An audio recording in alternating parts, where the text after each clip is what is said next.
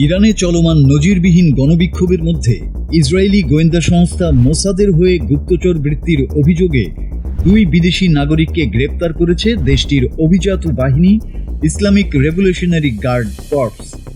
এক আনুষ্ঠানিক বিবৃতিতে আইআরজিসির ইন্টেলিজেন্স অর্গানাইজেশন এই তথ্য নিশ্চিত করেছে। বিবৃতিতে বলা হয়েছে, আটককৃত ওই 2 বিদেশি নাগরিক সুনির্দিষ্ট উদ্দেশ্য নিয়ে গোপনে ইরানে প্রবেশ করেছিলেন। তারা মূলত ইসরায়েলের হয়ে গোয়েন্দা তথ্য সংগ্রহ এবং চলমান অস্থিরতার সুযোগ নিয়ে সন্ত্রাসী কর্মকাণ্ডের পরিকল্পনা করছিলেন। আইআরজিসির দাবি, ওই ব্যক্তিদের কাছ থেকে গুপ্তচর বৃত্তির সুদৃঢ় প্রমাণ পাওয়া গেছে, তবে তদন্তের স্বার্থে আটক ব্যক্তিদের নাম বা জাতীয়তা এখনো প্রকাশ করা হয়নি।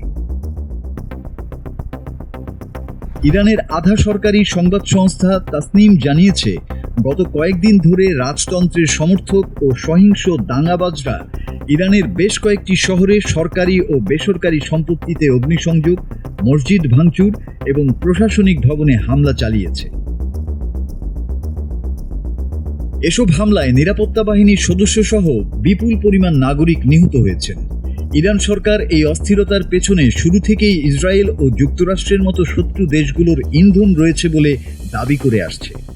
ইরানের 31টি প্রদেশে ছড়িয়ে পড়া এই বিক্ষোভ দমনে ইতোমধ্যেই সেনাবাহিনী রেড লাইন ঘোষণা করেছে। সরকারের দাবি, গ্রেপ্তারকৃত গুপ্তচররা প্রমাণ করে যে চলমান আন্দোলন কেবল আভ্যন্তরীণ বিষয় নয়, বরং এর পেছনে গভীর আন্তর্জাতিক ষড়যন্ত্র কাজ করছে। যদিও বিক্ষোভকারীরা দাবি করছেন, অসহনীয় মূল্যস্ফীতি এবং অর্থনৈতিক সংকটের কারণেই তারা রাজপথে নেমেছেন। মাসুদ হাসান, বাংলা টিভি।